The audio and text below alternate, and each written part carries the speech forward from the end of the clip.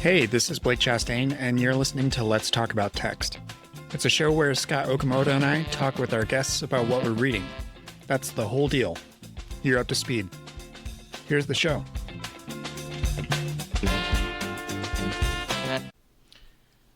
Scott, we're back. We're back. We found guests. We did. I went to the library and started asking random people. No, actually, I'm so happy because my dear friend Azeem, my musical pal that we've written so much music together and played in bands, is here. Azeem Khan, so welcome. Thank you so much to both of you for having me. It's my pleasure. Very excited. And we have Nazia Islam also joining us, and they are both librarians. So welcome, Nazia. Hello. This is such an honor to have two librarians on the call. I mean, yeah, but they're multifaceted librarians. You know, Azeem's this musical genius, and Nazia is an amazing poet and a performer. I've had the pleasure of seeing both of them perform several times, and it's so. These are not your parents' librarians. I'm in awe of your ability, Scott, to just connect with such interesting and amazing folks in the LA, cultural scenes, like across the board. You've got a real knack for that. It's amazing. Well, you meet someone, and then they know people, and then you just sort of start connecting, and yeah. So you mentioned that you've played with Azeem before. How did you meet Nazia? We were in a band called Doctors and Engineers. Oh, wow. Yeah, you've talked about that one before. Yeah, we had a good run of 3 or 4 years. Yeah. I joined late. They couldn't find a South Asian bass player, and I was just jamming with them, trying to convince them to get a bass player, and then they just gave up and asked me to join. No, you were the right one. You were the one that was meant to be. So, but it was cool. Awesome. I helped write bass lines for the songs, and we had a good run. We were playing like every month for a few years. I met Nazia through Taz, our good friend Taz, who's a poet, writer, activist. Taz used to have this amazing podcast called Good Muslim, Bad Muslim, and that kind of got me into podcasting because Taz had me do some music and sound design toward the end of their run, and so I kind of got into Taz's world, and both Nazia and Azeem are in Taz's world. We're all in Taz's world. Yes. So. That's great. Well, and we were talking a little bit beforehand, and Azeem, you're originally from the Chicago area, correct? So Scott wanted you to be an ally in our fake regional food beefs that we've started. We always start we're trying to start a war between Chicago and LA. And whatever city wants to join, come at us. Should we drag in Jersey? Oh yeah, Nazia, I'm from Jersey. Yeah, I was born in New Jersey. So which area? Fort Dix. My dad was in the Army. It's not okay. It's my dad was in the Navy, so that's how I ended up in the suburbs. So. Oh hey. So with Chicago, we already sort of dispelled the notion that deep dishes like this is as big as people assume it to be. Yeah, it's not that you don't hate it, but it's not. No, it's just where you take out of towners and then you just make your own.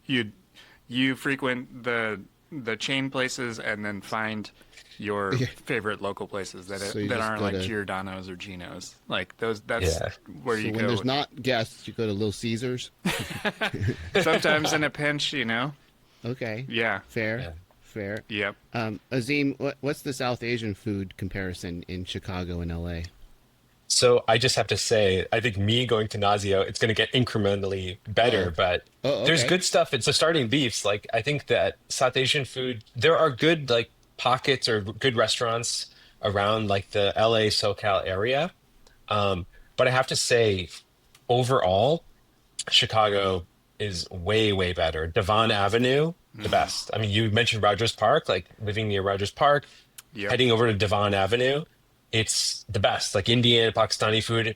Not as much, some Bangladeshi less, but now more Nepali community has moved there. So now you're starting to see some Nepali restaurants and community in that area. And also, unlike LA, like Artesia might be like the analog. it feels very lived in. Like people are there, there's kids, there's families, there's, community centers, there's spaces, people are running across the street. It feels much more familiar and more like homey, where Artesia just feels more suburban and a little like a little sleepier.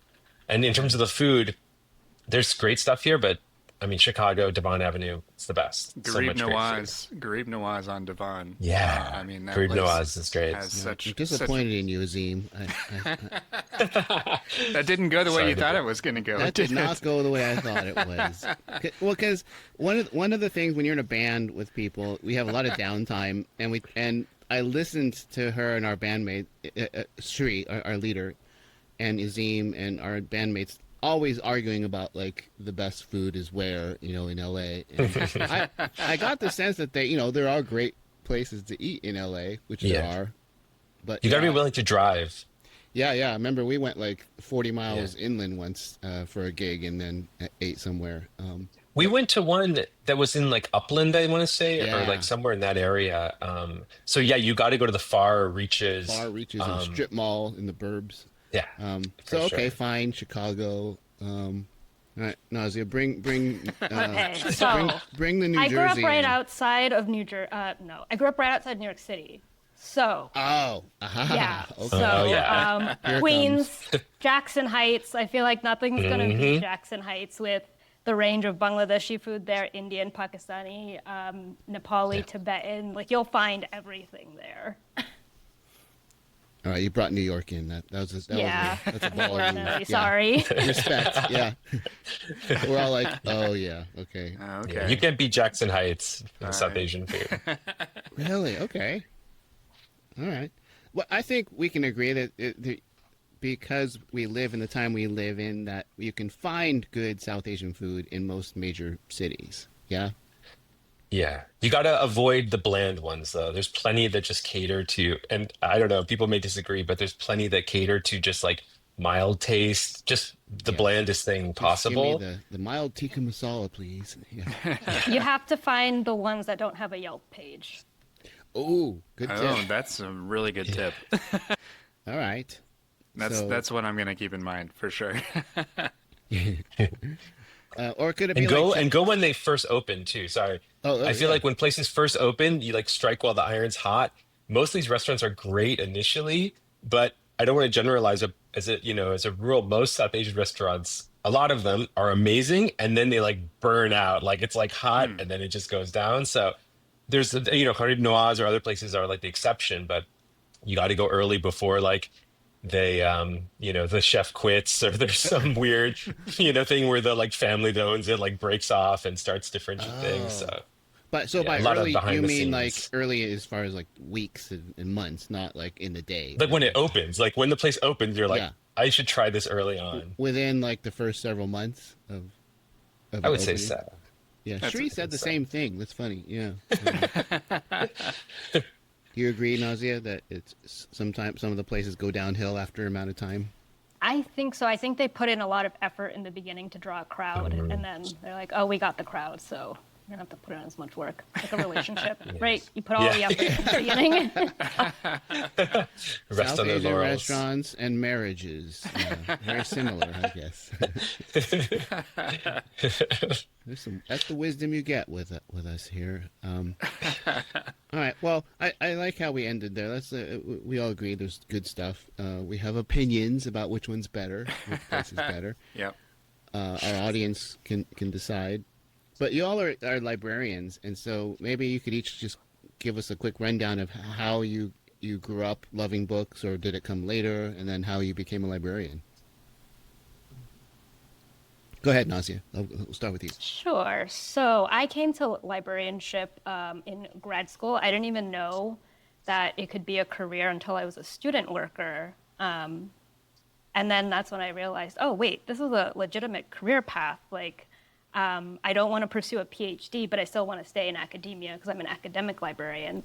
And that's how I found out. And then I went to library school and became a librarian.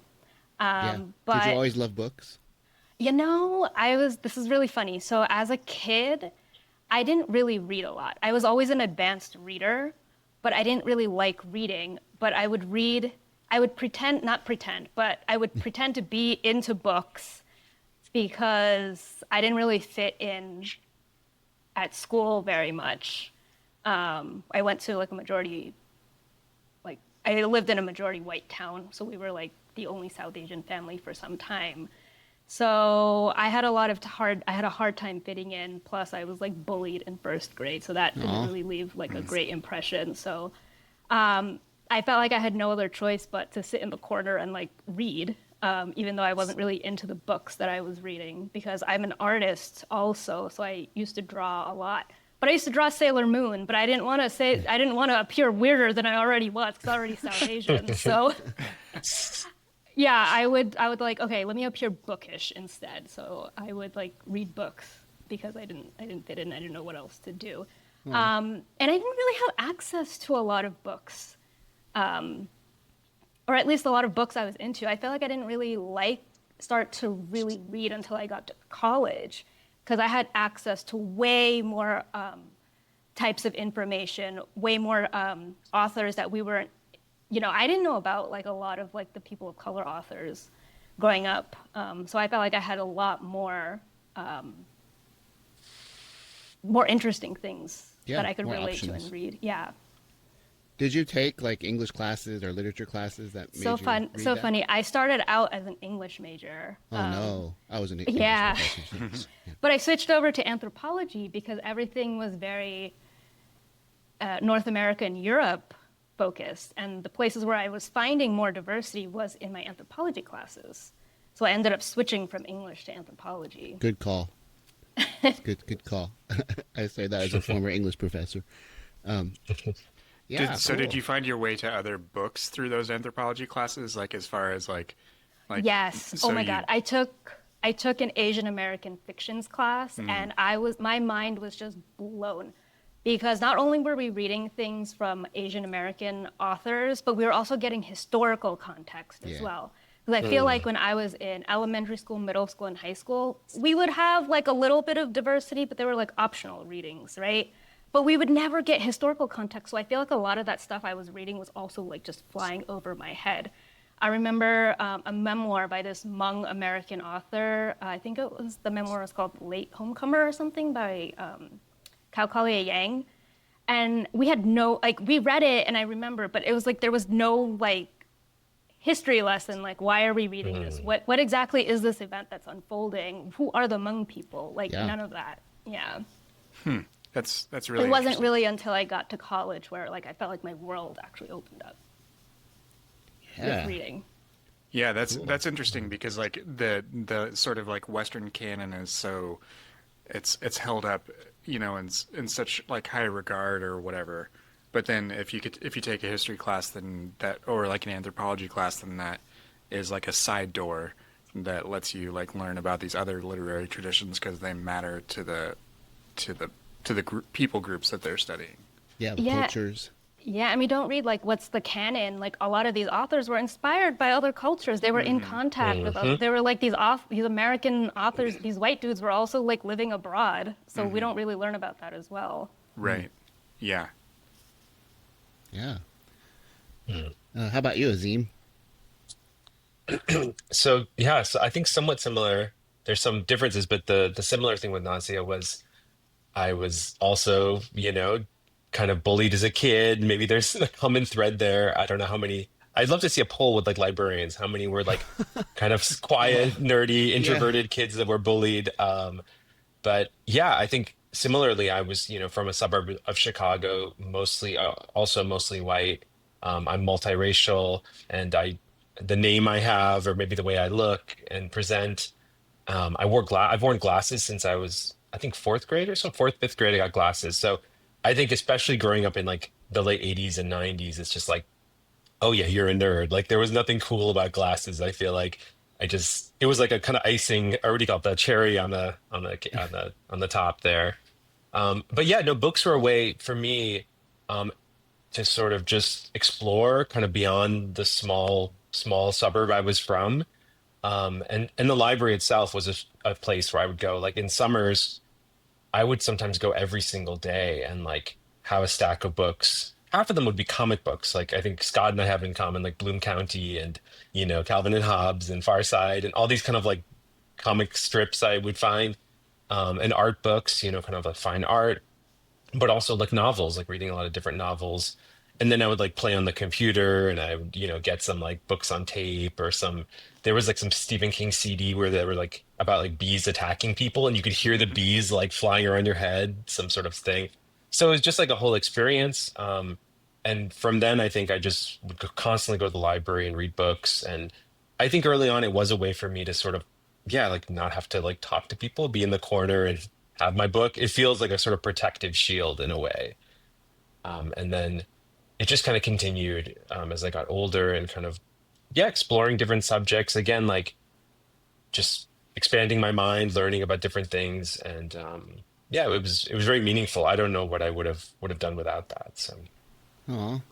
And then, did you always want to be a librarian because of that, or did that come later, like with Nazia?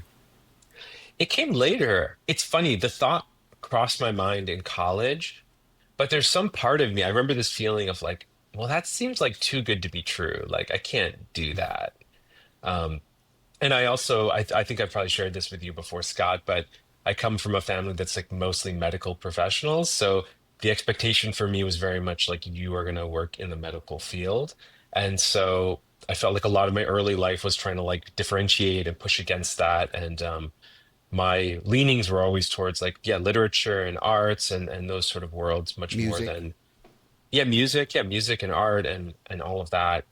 And I think it was kind of a way for me to like figure out my own values and who I am and like existing in this world. I think all of those things together, yeah, music, art, and books. I guess film as well to a secondary degree, but those three really like shaped me at that time. And Yeah, that's cool. now, as you're both working librarians, do you have like a particular specialty that you work in? Nazia, you mentioned you're an academic historian. I'm not sure if that means you primarily like support academics in a particular field, or in a particular medium. Because I mean, librarians, you're the custodians of our culture's histories, and that includes books. That also includes music and movies and video games and all sorts of other things now. So I'm curious, like, if either of you have like a particular specialty in your day-to-day work. Yes, so I work in the reference and instruction department. So I'm a subject librarian, and my title is interdisciplinary studies librarian, which is kind of vague, but I support eight departments in Oh, the wow. social sciences and the humanities, and a lot of them are in like area studies, ethnic studies, like gender studies. So a lot of interdisciplinary departments and programs, and then we support those departments by doing like library research workshops, doing one-on-one research consultations with students.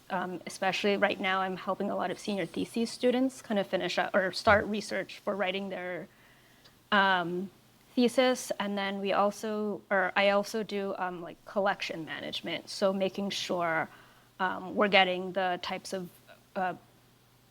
research materials that is needed or requested by faculty and students, and that's books, ebooks, journals, films, or we help point them to places where they might be able to find that.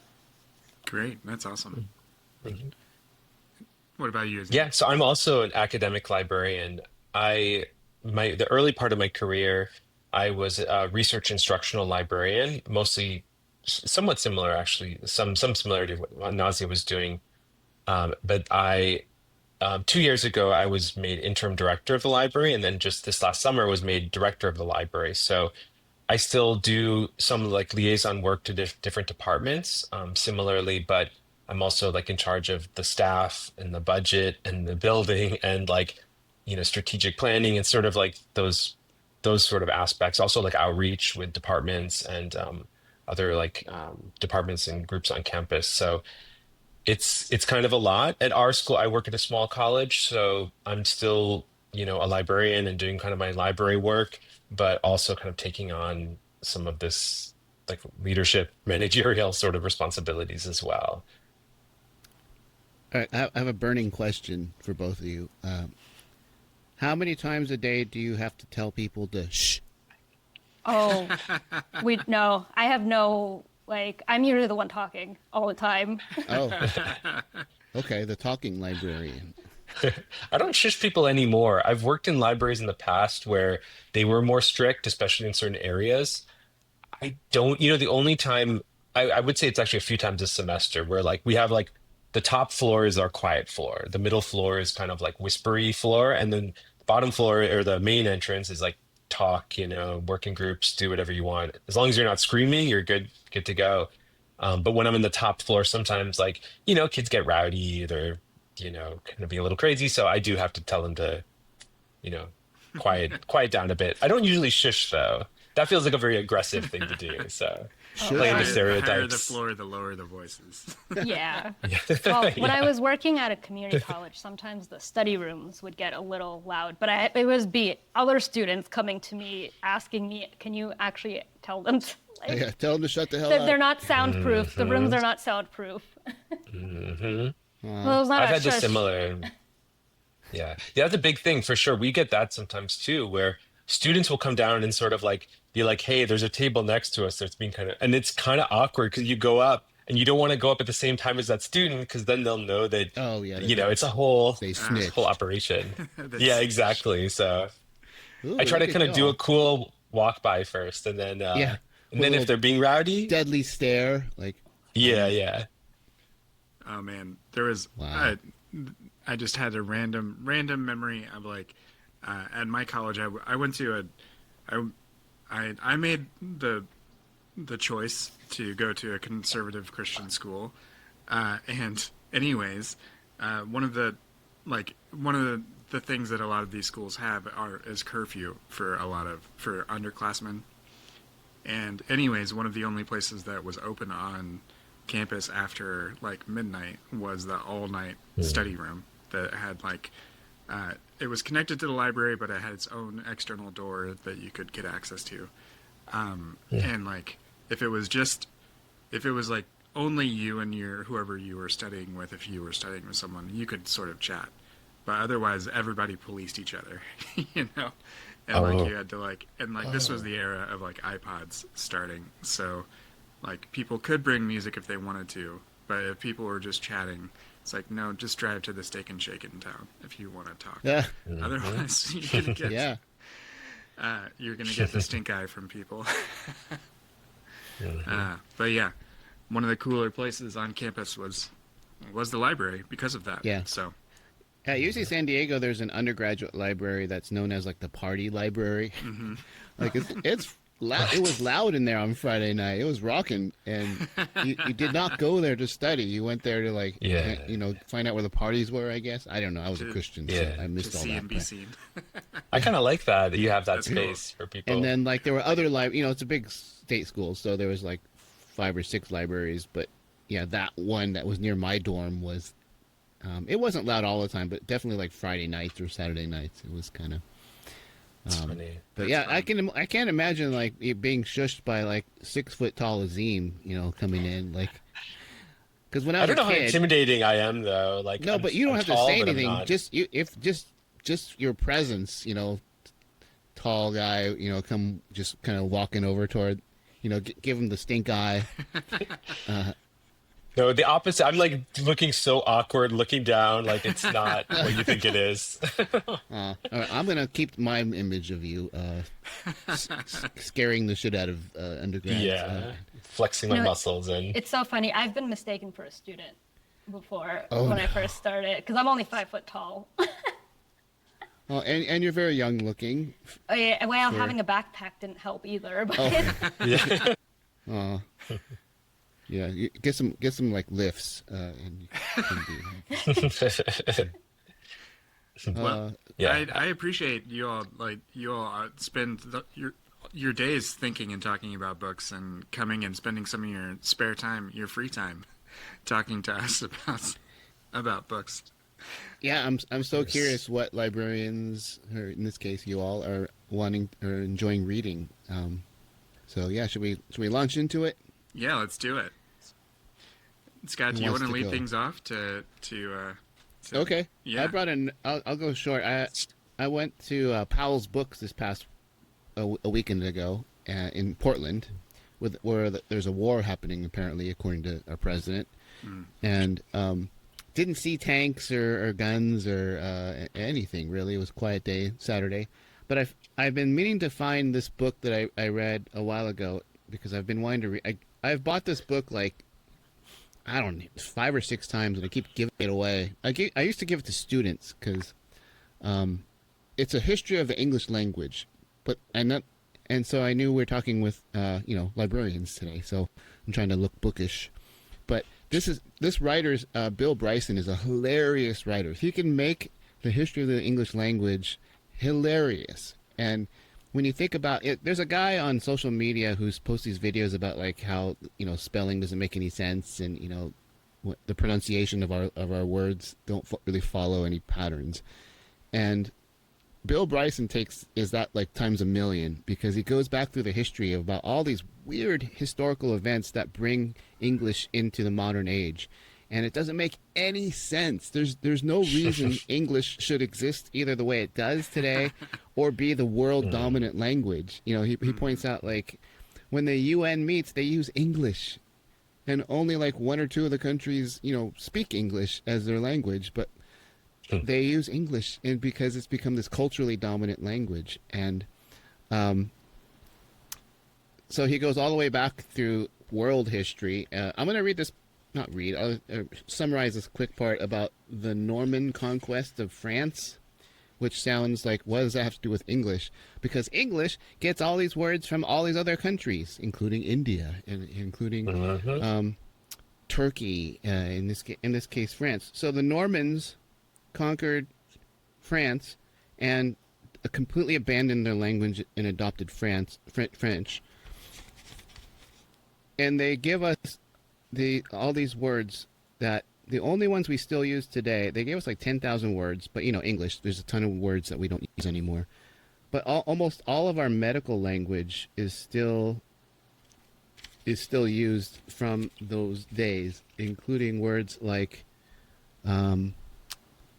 actually not just medical, but among the 10,000 words we got from the Normans, we use justice, jury, felony, traitor, petty, damage, prison, marriage, sovereign, parliament.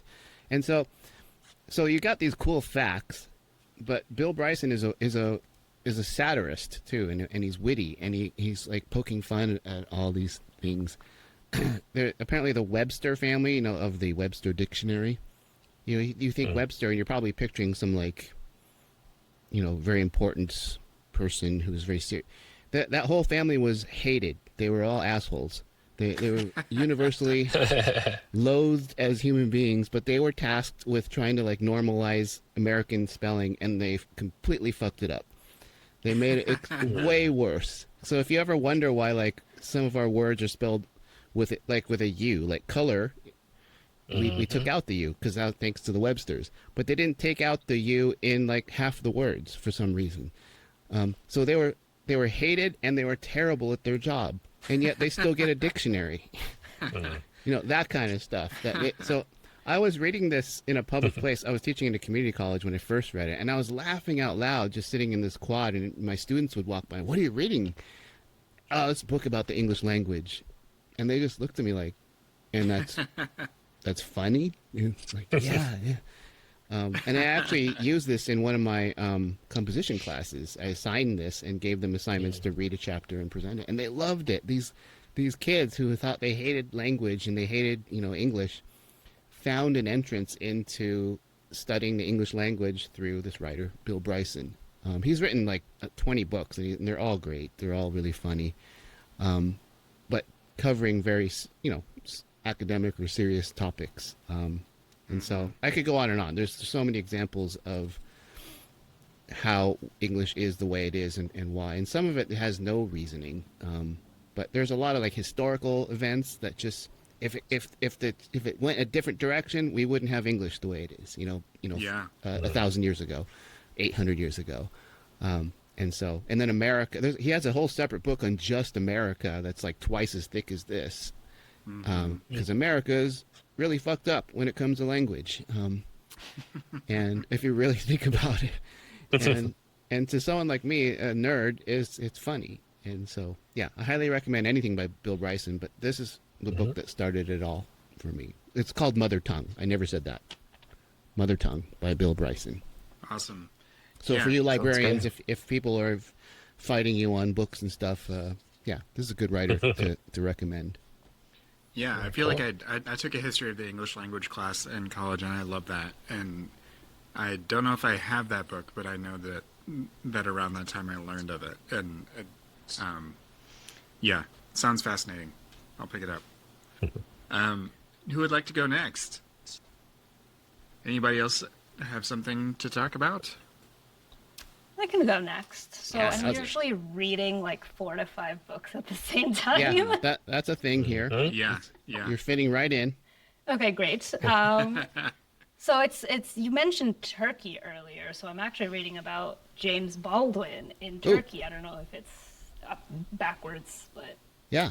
This is a book I checked out from the library I work at. So yeah, so I forgot how I got into this. Sometimes I will like meet with a student and then I'll just go down a rabbit hole after like meeting with a student and just like somehow end up somewhere else than I originally started. But it's great. This is why I love being a librarian. I get to learn from just like my students. I forgot how I came to James Baldwin in Turkey. I think it's because I realized I have not embarrassingly read any James Baldwin up until this year. So I went to do some research about like his life, which I think very relevant, going back to works of like authors from like, the civil rights era. Like I think it's very relevant for now. Yeah. So I'm like, wow, I haven't read anything. That's embarrassing. Let me catch myself up. So I read a couple of novels. So I read Giovanni's Room. And then I read The Fire Next Time, which I was like, I was going to say, that's the one. I was absolutely blown away by that essay. I'm like, how come we haven't read this in school before? Well, I'm like, oh, well, I mean, of course, yeah, I know we why. Know why. But then I read that he wrote that essay while he was living in Turkey, and there's not a lot of research about that period of his life. So I found a documentary, a short documentary that you can find online by Sedat Pekay, who also this is a book of photographs and essays. So about James Baldwin's life in Turkey, which he lived there on and off for about a decade, to kind of get away from everything that was happening in the United States, to actually get his writing done, because he could not stay in the United States to get his writing done because of everything that was happening at that time period. I was like, I had no idea. That was the first time like I heard that he lived in Turkey like for like a decade. I'm like, we didn't learn about this. There was no mention about this. I remember watching a documentary about James Baldwin. I don't remember this being in there. Maybe it was and I didn't remember, but we didn't learn about it. And I think there's like only one book. The other book that I'm reading is academic book. James Baldwin's Turkish Decade, The Erotics of Exile, also from the library where I'm at. And this is like, I think the only book written so far that does like a thorough analysis of his time there. And I just started it, so I can't say too much about it, but it's like fascinating because he was like really in the culture. So he was doing he was involved in like the arts scene there, doing plays, translating plays. Like he was like really immersed in the Turkish literary culture. And I'm like, wait, how come we didn't learn about this? Like, I wonder what kind of how has that influenced his work since he was writing his like essays there? So like, that's just kind of where I'm at. So I'm like, wow, like this is so exciting. Like he is global and international, just in Europe. Like Turkey's like, in Asia, so I feel like we don't learn about that stuff. So I'm just kind of like geeking out and like learning about that stuff too. Yeah, we hear a lot about he finishes his life in France in Saint Paul something de Vence or something like that. Saint Paul en Vence. En Vence, and but yeah, you're right. They don't talk that much about the Turkey years, and I didn't realize it was 10 years. I thought it was like maybe I thought in my mind it was like a few months to a year. And so it was off and on, but for I guess a decade in total. And then he was like engaging with other Black artists that were living there as well, because it was just, I think they were just done with the United States at that time. Oh yeah. And then the fire next time. Yes, the fire next time. If you read it, if you pick that one up, it feels like he's talking about right now. Yes. Yeah. It's wild. It's just like you could literally just change a few names and dates, and it feels so specific to the things that we're talking about right now. So yeah, good call. Yeah. And then the other books that I've read. I've also read Roxane Gay. I read her memoir Hunger, and then her book of short stories called Aiti, which I thought was really great. I didn't realize she wrote fiction, and that's actually something that she jokes about a lot, that she's actually a fiction writer. I actually saw her speak at Occidental College like last week. It was a really fun conversation. Yeah. She mentioned that her memoir is going to be turned into a film next year, or it'll be released next year. Oh, yeah. Wow. And I also just started Bad Feminist. Right. She also has a really good recent op-ed in the Times called Civility as a Fantasy. Oh, yeah, I saw that. I haven't read it yet. Interesting. Yeah, that's a really good one. I mean, I guess it depends on, how she uses the word civility, but I mean, her point is solid. She's an amazing writer. So good. Yeah. Yeah. So, that was a recent thing that just, in the wake of Charlie Kirk, she wrote that, and and it's very spot on, as is to be expected. Oh, so good. Yeah. Awesome. Well, thank you, Nazia. Azeem, what are you reading right now? Please let it be Bloom County. Oh my gosh, I should have brought close. Actually, I'm gonna do Bloom County in this podcast eventually because I have. Please do it. I have a huge stack of Bloom County comic books here, and they're all so fantastic and comforting. So, Azeem and I have bonded over Star Trek and Bloom County. Talking about music. Yeah, I'm a big Trek person, and actually one of my books. So I have, similar to Nazia, I always have a stack of books with me at all times. I can't read one book. It's just, I also need the variety of fiction. I need nonfiction or a comic book or something more academic, something lighter, and I don't know, mine are all over the place, probably far less academic or less deep than maybe some of the other things that were brought up. But the first one was a book I read just not so long ago, but really struck me. I don't know much about this author. I think she wrote another book that was really more well known, but a book called Piranesi. I don't know if folks have read this one. Susannah Clarke. I bring it up just because it's probably one of my favorite books I've read in quite a while, and it just, sometimes like the right book at the right time speaks to you, and this is one of those books that really reflected maybe things I was feeling and going through. And it was also, I was looking for, I don't read a ton of fantasy books. Like when I was a kid, I would read fantasy books, and technically this does fall like in the fantasy genre, but it's kind of a mystery. There's elements of it that I love things that also are very, the kind of mystery, but keeping things like open-ended and a little bit opaque. That just speaks to me. That's like my aesthetic for a lot of things. And this book is really, really powerful. It's basically centered on a single character that has no memory of the past. Its past is basically living in this mansion. And it's kind of this like mystery novel where they're living in this mansion, and it's these countless rooms that kind of feel like they go on forever. The person's living like in like their clothes are all tattered, and they don't quite explain. They explain it later on. I don't want to give too much away. As I said, it is a fantasy book, but they're in this giant mansion, and the tides come in. So like water comes in once a day, the tide rises, and sea creatures come through and the water comes through, and the protagonist has to like fish. They have to fend for themselves. And then I think it's like every couple days, like once or twice a week, there's a meeting with a single person who's the only other person who's kind of in this world. And their kind of encounters with this person who is always dressed in beautiful clothes, is always wearing a suit, is very immaculate, and has these encounters with this person.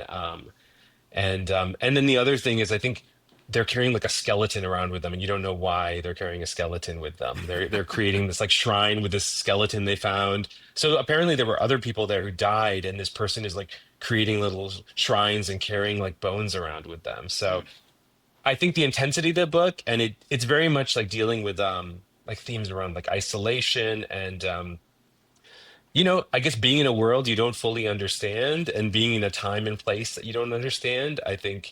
You know, I think that really spoke to me, and sort of maybe the political, cultural place that we're all in, and maybe the frustrations I was in.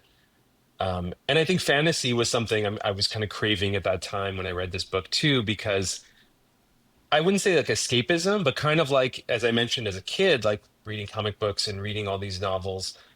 There's something, books can kind of enrich, the life you're in, reflect elements of the life you're in. But I do find for myself, like fantasy, science fiction, these genres, it can just sort of like, I mean, like with great Star Trek or anything like that, right? It sort of magnifies and, you know, um, kind of takes elements of the world we're living in, whether it's like the civil rights movement or, anything else, and speaks directly to that in a way that I think if you're just talking about it directly, to me, it doesn't, it's too on the nose sometimes. I just need something that can kind of like have this power. So that's one I wanted to highlight. I don't want to kind of give too much away other than the premise, which I'm sure sounds very strange, but it's a quick, breezy read. I read it in like 2 days. I was like very really into it. This is kind of a left field pick, but I think Scott might find this interesting. This is a book called The Home Recording Handbook. This is kind of like a looser, this is not a novel, this is not an academic work, but it's by an amazing songwriter named Martin Newell, who I'm a really big fan of, part of a group called the Cleaners from Venus. They were kind of like a jangly pop band from the 80s into the 90s, but he was kind of an innovator in terms of like home recording on tapes, and doing this sort of like lo-fi recording, but like amazing songwriting, musicianship. And I got this recently. He put this book out, which is, there is like technical aspects of it, but actually the majority of this book is not technical. I just opened it at random. A lot of it is like, think of your ears. So it's this idea of, he kind of is actually like deconstructing the idea that you need expensive like kind of headphones and all this stuff. A lot of it, because he's like a lo-fi artist, he didn't have a ton of money. He wasn't like, some huge, artist in the UK where he's from. But he kind of made use of what he had, right? And I love that idea of kind of like using what's around you and being creative with what you have, and kind of working within restrictions. And that's what we do. And just kind of, exactly. I think that's what really spoke to me. And then again, just opening it at random, he has these like sort of pithy, sage things, leave some breathing space, and just kind of elaborates on that. And I find as sort of prompts and ways to sort of think about music. I really love it. And he does kind of give some background of and anecdotes around his own, life as a recording artist, and his own experiences recording at home. And yeah, it's a really short, I like a short, fun, pithy book. So that's one that I grabbed as well, and that I've been kind of slowly going through. Again, it's not like a start to finish book. It's just like open it up, read a few pages, feel inspired, and like try to apply it, or kind of like let it sink in a bit. The last one, the last one I'll mention is a comic book. This is also kind of fantastical, I guess, which is, you can see a theme with some of the work I enjoy. This is a book called Weathercraft by an artist named Jim Woodring. I don't know if you all are familiar with him, but one of my all-time favorite artists and illustrators, just a huge inspiration, a really incredible person. You can tell, like, really trippy kind of art, but not necessarily, doing that for the sake of itself. There's definitely a lot of like depth in these stories. This particular one I read actually just recently. I picked up a copy of it.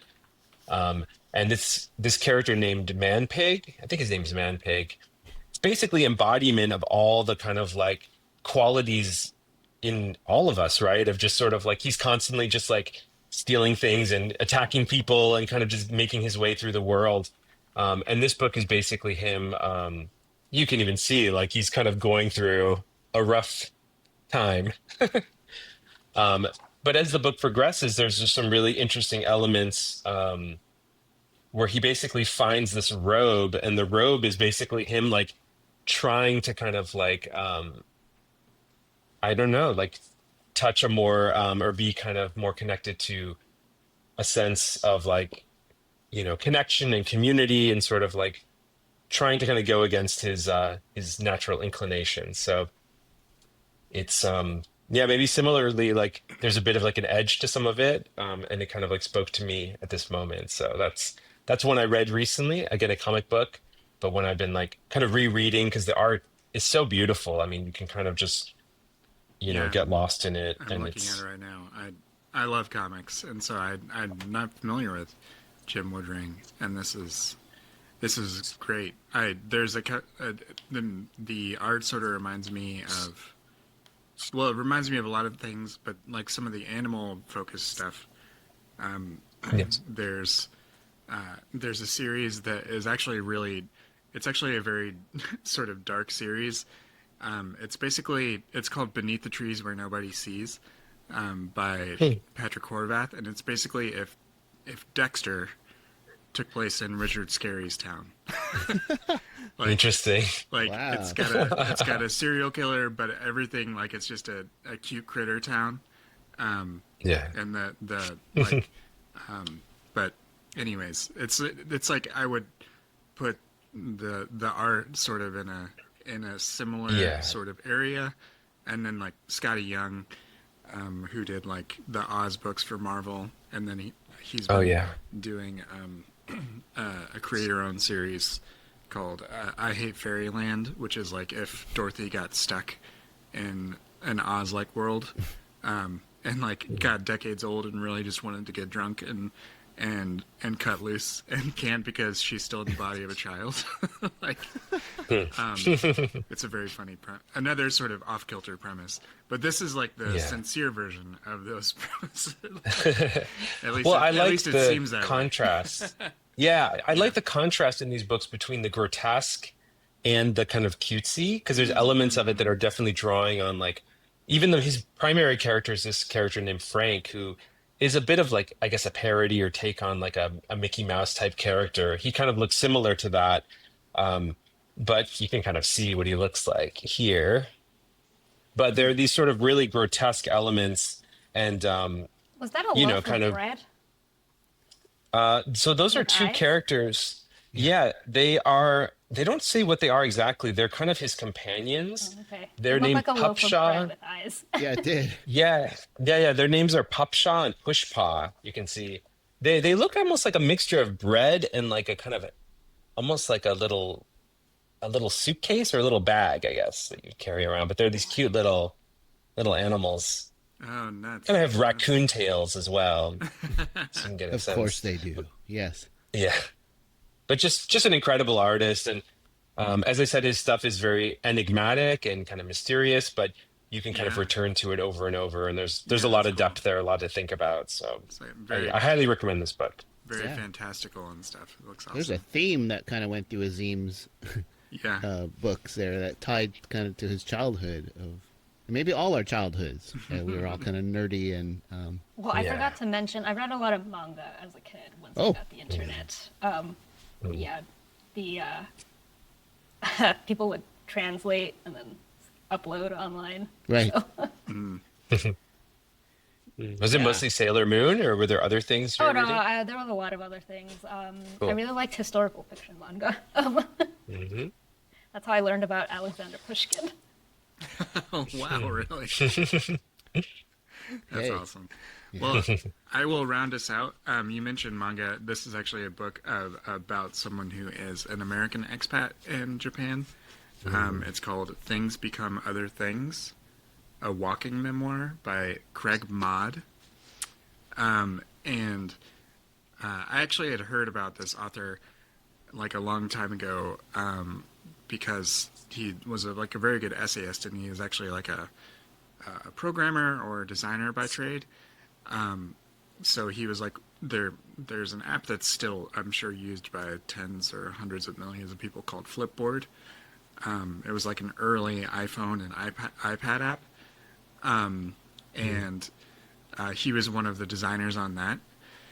And he wrote an essay on his site called like the digital to the physical, on building Flipboard for iPhone and finding edges for our digital narratives. And like he has a number of like sort of books about, essays about like about web publishing and the differences between how we read online versus books. And one of the things that he says is like a very powerful element of reading a book is that it has edges, like literal edges. There's no infinite scroll. Like it's contained, it's finite. It has like, it's not something you just continue to consume like Blue Sky or Twitter or whatever. And so he's very mindful of like that sort of thing. But what he's done in the years since he like worked for places like Flipboard is he basically runs sort of this Patreon this Patreon type, paid newsletter type situation, where he just goes on really long hikes in Japan, and then like podcasts about it, writes about it, and so on, and then that's pretty much like his work. He's just this solitary expat who does this in Japan.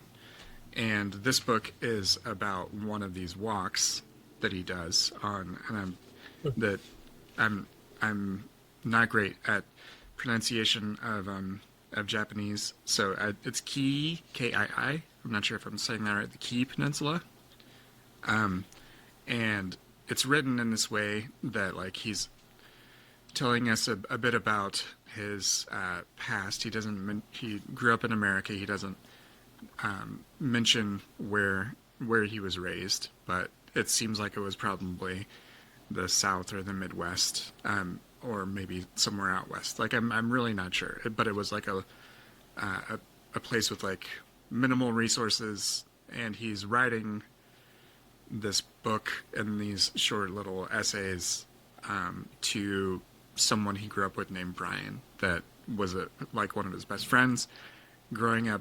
And I'm only 100 pages in, but it seems like Brian may no longer be with us, right? And that he's writing to this childhood friend who may have passed. But he's sort of like slowly revealing things about how he ended up where he is, just on this walk in like rural Japan, following like basically this old pilgrimage route that people don't really follow anymore. And it's just really sort of touching, and just sort of, he's talking about, how he just sort of happened to, and writing about how he just sort of happened to fall into the living in Japan. Like he basically on a lark applied to a university in Tokyo and got in, and then like figured out that the tuition actually wouldn't be that bad, and then he ended up staying for like 20 years and making his making his life there as and it's really interesting, because it's probably just not something that most people will be able to do, which is take months to go on a walk and like just go and stop and from town to town and have these interactions with the locals. And in that way, it's just like it's a really, I don't know, just like a very well-paced memoir. Like a lot of times for me, memoir, I have to like mentally gird myself for a memoir sometimes, because oftentimes like it's all about exposing a really difficult part of someone's life. And like those sort of elements are there. He talks about difficult things. But all these other elements that are sort of surrounding it are just ground it in a really interesting way, and it's also because he's been there so long, it doesn't seem like he's like um, romanticizing or tokenizing the culture that he's become a part of over time. Yeah, it doesn't sound like a eat, pray, love kind of thing. No, it wasn't like a tourism sort of thing. Like this is like him thinking about this whole last couple of decades and like thinking back to his friend who didn't get this opportunity. So I'm really enjoying it, taking my time with it, and yeah, it's been a lot of fun. I'm looking at craigmod.com, and there's a map of the route he walked, and it's like literally half of Japan Yeah, I mean, down the like the eastern coast, southern eastern coast. yeah, yeah, it's wild. That's far. yeah. He just takes these really long. I want to read that one. Yeah, and he has another book that he self-published called Kisa by Kisa, which is just a I similar. took the bullet train from Tokyo to Kyoto, and it was a few hours, going 220 miles an hour. But, yeah, he walked all the way there. Yeah, yeah, it's wild. wild. It's wild for sure. So, It's like it almost reminds me of like samurai it, stories, it's been like very these interesting. traveling He's someone that swordsmen that would just go that from I've town to just town and followed tell for a while, stories and and to read meet people. something like this has been different. So that's we my lost pick Blake. for this week. Yep. Oh no. Yeah, I just went to the website as well. I am free. Yeah, the craigmod.com. It was like, Looking through it, what a yeah. fascinating thing. I like Just so you know, FYI, folks, if I made I'm fun of Eat, talking Pray, over Love I because apologize. everyone is. It seems Um, like But like, I like when people go and travel places and don't make themselves necessarily like the center of the story. You know, like they're there to learn, they're there to meet people. I mean, they are the center of the story, but like, I like when they're really just trying to show a place, you know, as it is. So that's really cool. Yeah. Well, look at this. We made it under an hour, Blake. we sure did. Yeah, and that's an accomplishment for us in the last few No, times. but it's cool So, because I could talk to y'all forever, for Yeah. hours and hours. But yeah, I appreciate y'all coming on, spending an evening with us talking about books. yeah. Do you either of you have anything you want to mention as far as anything you do online or elsewhere? We always want to promote our guests whenever we get the chance. Oh, actually, I am a part of another podcast that I do regularly, that I have been a part of for the past few months, about art, creativity, and spirituality. It's called Embracing Mystery. Awesome. I'm going to subscribe now. Okay. Embracing mystery. We will drop that in the show notes for sure. Nazia, was anything from Sultana's Dream posted online? You know? Yes, actually, Grad Performances has the entire performances recorded, and it's available for, On their for site. view. Yeah, Yeah, on YouTube. Okay, I highly recommend people see that because that was an amazing night, and Nazia kicked it off. Just set the tone for this amazing night of storytelling and poetry based off of this Also old highly story. recommend reading Sultana's Dream because it is very short. It's one of the first like proto sci-fi short stories written by like a South Asian woman, which was very much ahead of its time when we put it into like historical context. Yeah, I was blown away by because it was like 100 years ago, right? Like more than Yeah. 100 years ago. Yeah, very proto-feminist, social justice. By Very Begum cool. Rokeya. I'm probably mispronouncing that. I apologize. Yeah, cool. Azeem's got music. I've got music. Yeah. I have my Bandcamp, whalesoundmusic.bandcamp.com. Scott's on a lot of my recordings, especially my last couple. And then I'm working on new music. And then I'm putting out a book of my art in the new year. So I'll do an event in LA for that. And I'll share more once I have that But more information on that. But I'm putting on art book. I have prints, and I'm kind of just trying to embrace that as well. So I'll be doing more around that. Love it. Y'all are my heroes.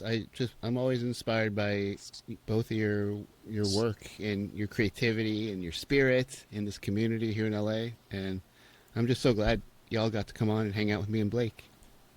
Thank you for having us. You. Yeah, thank you. Thank you so much for coming on. I appreciate it. Hey, thanks for listening to this episode of Let's Talk About Text with Blake and Scott. That's me. If you're interested in coming on to talk about a book that you've really loved or that you're reading right now, let us know. Reach out to us at talkabouttextpod@gmail.com. Hope to hear from you, and we'll see you next week.